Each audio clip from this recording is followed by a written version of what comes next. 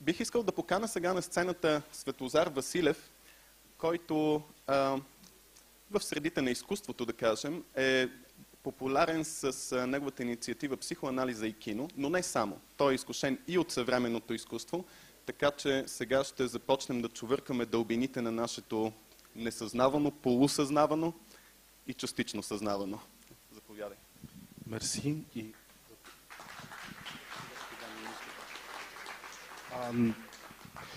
Здравейте. Георги Тошев много ми помогна с това човешко говорене за изкуството и аз разпознах много от моите преживявания, които съм имал като зрител. Така че благодаря. Моята тема е посветена на психоанализата и съвременното изкуство. Една много специфична гледна точка. Ще се опитам да говоря накратко за три неща. Едното е за връзката между биографията и изкуството. Втората тема е когато артистите творят, това форма на терапия ли е? И третия и последен е опит да отговоря или да кажа какво аз мисля за това, каква е разликата между истинското и фалшивото изкуство. Искам да обърна внимание върху това, че психоанализът още със самото си възникване започва да се интересува от творците, от изкуството. Фройд започва с изследвания върху Достоевски, върху Леонардо да Винчи, върху Микеланджело и неговите пионерски усилия през следващите вече 130 години са продължени от много автори. За съжаление в България хората, които се занимаваме с това, сме много малко, но да преминем към същината. Връзката между биографията и изкуството. Аз ще говоря най-вече за небългарски творци. Ще се спра върху трима. Луис Буржуа, Джаксън Полък и Аниш Капур. Луис Буржуа е една жена, която живее 100 години. Тя е родена 1910 и умира, мисля, че през 2010, ако не бъркам. Тя е наречена кръстницата на съвременното изкуство. По това може да се спори, но не това е най-важното. Нейните теми, както вие ще видите, са общочовешки. Неща, които вълнуват не само нея, а и всеки един от нас, например отношенията родители-деца, майчинството, бременността, ролята на насилието, нещо, което е особено актуално днес, войните в човешките отношения.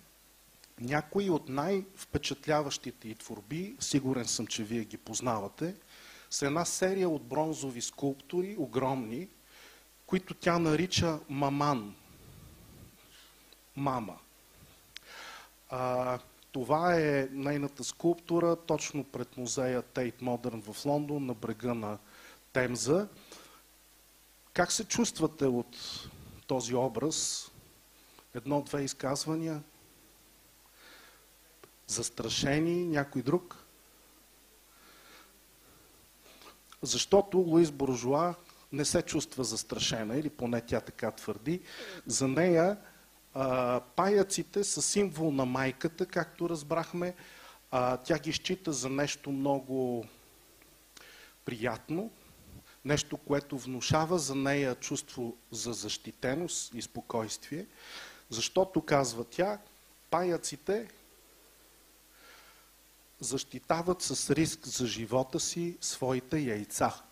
И в това, което видяхме в тази скулптура, са яйцата точно под нейното тяло, защитено от тези огромни възлести крайници. Тя твърди, че паякът е ода за майка ми, цитат, тя беше най-добрата ми приятелка, по професия, също като паяците, тя беше такачка, такава е тъкани, подобно на тях бе много умна. Паяците са приятелски настроени и ядат комари. а комарите разпространяват болести. Така че паяците са полезни и са защитници, точно каквато беше майка ми. Има, разбира се, и други нейни инсталации и скулптури, в които това идеализирано разбиране за майката се разколебава. Например, майка и дете, първо инсталацията Паяк, в която паякът е изобразен като хищник.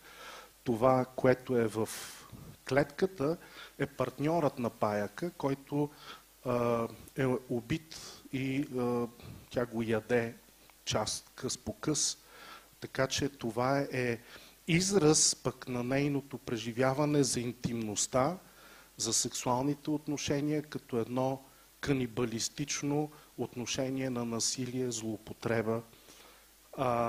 Също по темата за майчинството, това е една скулптура, в която тя изобразява отново едни зловещи усещания за това какво е да си майка или какво е да си дете, в което акцента е върху зависимостта от една страна, нещо прескочихме много напред, не знам защо. Разкрих всичко, което щях да кажа след това. Така, от една страна, това е технологията винаги, от една страна нуждата на детето от неговата майка, но тази зависимост може да бъде много инвалидизираща и усъкътяваща, ако майката не е адекватна, емоционална и не откликва на потребностите на детето. Нещо, което аз като психоаналитик, разбира се, много добре знам, както предполагам всички в тази зала. Тя има и много творби, в които изобразява майката като зловеща.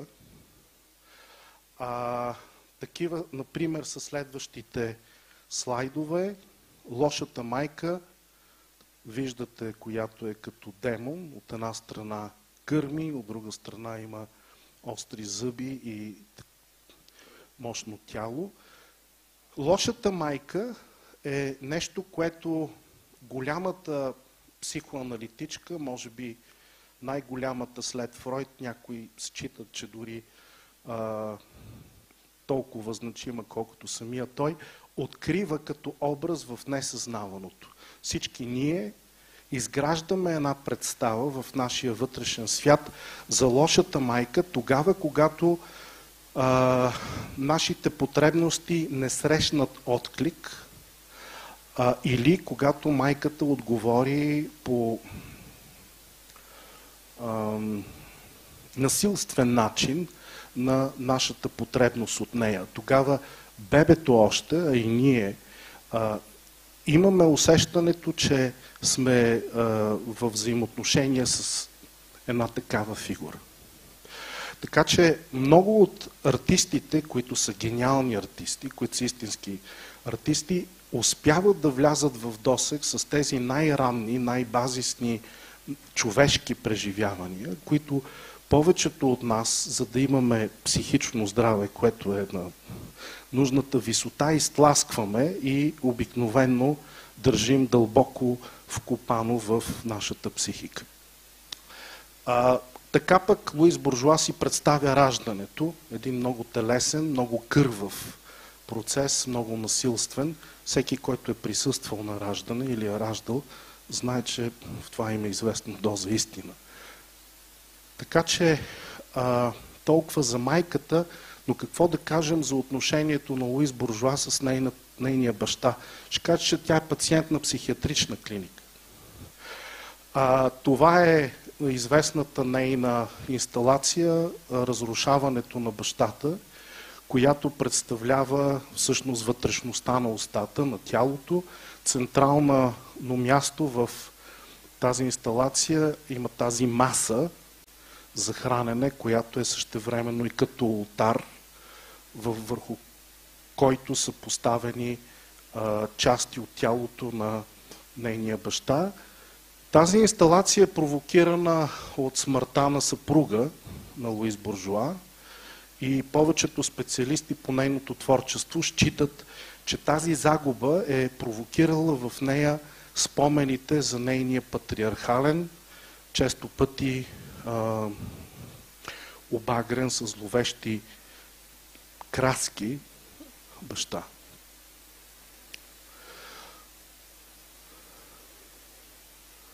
Това е инсталацията Двойка, един възглед за интимните отношения, в което ние като зрители, или поне аз, се питам, това е израз на любов между двамата или пък садомазохистични взаимоотношения, които инвалидизират, усъкътяват.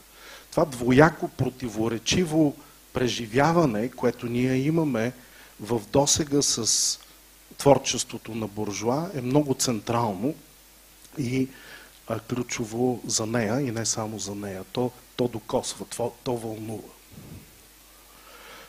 Всичко това не е случайно и за да отговоря, преминавам защо тя твори такива неща и защо докосва толкова много любители на изкуството, изкуствоведи, се вълнуват от това. За да я разберем, трябва да разберем каква е нейната биография. А нейната биография е израз на опита ѝ да се справи с ранно детските ѝ преживявания. Тя е отгледана от една майка, която е била с много крехко здраве. Поради честите си боледувания, тя не е била способна да откликва на нейните нужди като дете, а нейният баща има една много дълга любовна история, извънбрачна, и дори в един момент назначава любовницата си като гувернантка в дома си, а пък майка ѝ кара, на Луис Буржоа, я кара да ги шпионира и да й докладва какво те правят, когато тя не е наоколо. Така че тези теми за това, че си в капан, тези теми за интимните, любовните отношения, като за нещо усъкътяващо, цялата тази тематика за връзката с родителите, нуждата да я разрушиш и да я изградиш наново по по-добър начин е един от мотивите, които по всичко изглежда, а и от биографията на Луис Буржоа разбираме, че е водещият мотив в това тя да стане творец. Тя казва, между другото, изкуството е гаранция за разум, психоанализът е моята религия. Някои от прозренията, които тя има в резултат на това, че мисля близо 30 години посещава психоаналитик 4 пъти седмично, влизат в нейното творчество. Тя самата се счита за човек с психично разстройство и тази нейна скулптура от злато, тя е изключително красива и естетична, противовес на всичко това, което ви показах. Тук не може да се добие представа. Тя я счита за биографична. Това е тя самата. Между другото, във филма на Педро Алмодовар "Кожата, в която живея", ако си го спомняте, с Антонио Бандерас, един много способен лекар и учен, който изобретява, и това е темата за новите технологии, за която ще чуваме днес много, изобретява изкуствена кожа и той отвлича един младеж, който подозира, че е изнасилил дъщеря му, убеден е, че е изнасилил дъщеря му, променя му пола, сменяйки му кожата, след това спи с този мъж, който вече е жена, и така нататък, и така нататък. Става все по-лудо и психотично. Самата героиня или герой, който е отвлечен и със сменена вече идентичност и тяло, прави такива хистерични пози по време на филма в неговата стая. Тези, които са го гледали, сигурен съм, че си спомнят, и това е поклонът на Педро Алмодовар към Луис Буржоа. Между другото, когато този младеж още преди операцията е вече отвлечен, той си поръчва една книга на Луис Буржуа, защото Антонио Бандерас му позволява да си купува разни работи, но трябва да ги ползва в неговия затвор. Толкова за Луис Буржуа.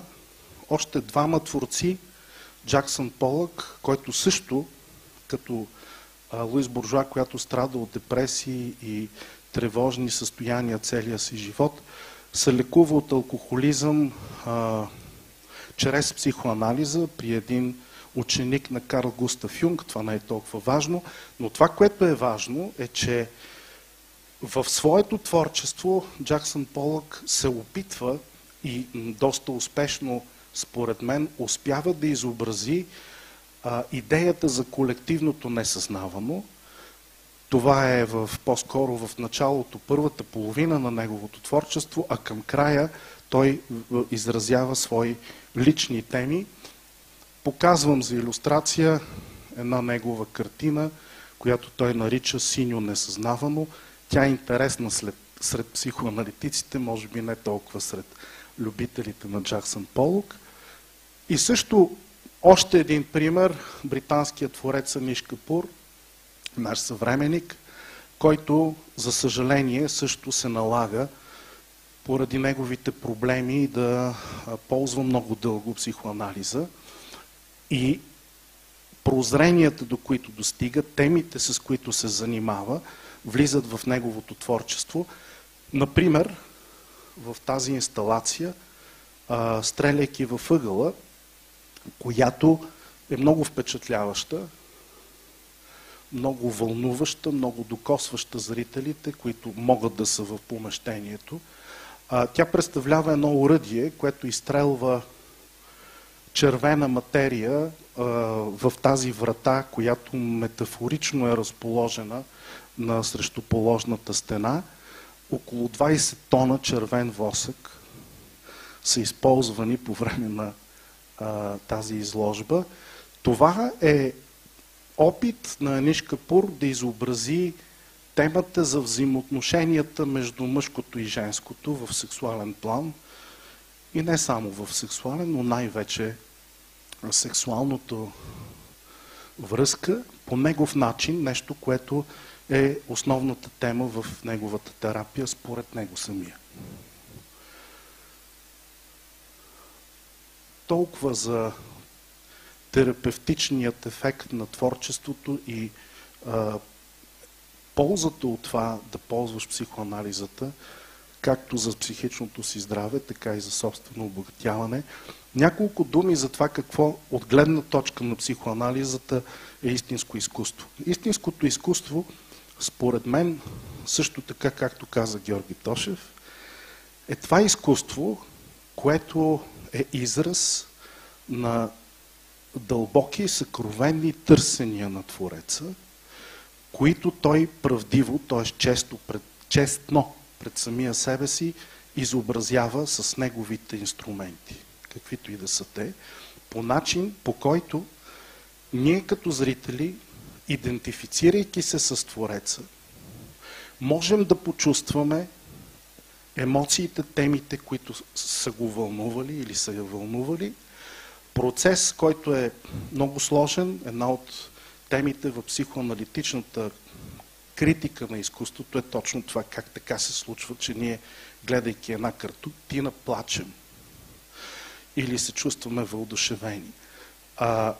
Можем да се чувстваме въодушевени или натъжени, или разстроени, или да усетим отвращение по наши си причини, но на несъзнавано ниво ние можем да позволим на това произведение на изкуството да ни докосне, а това е възможно само при истинското изкуство.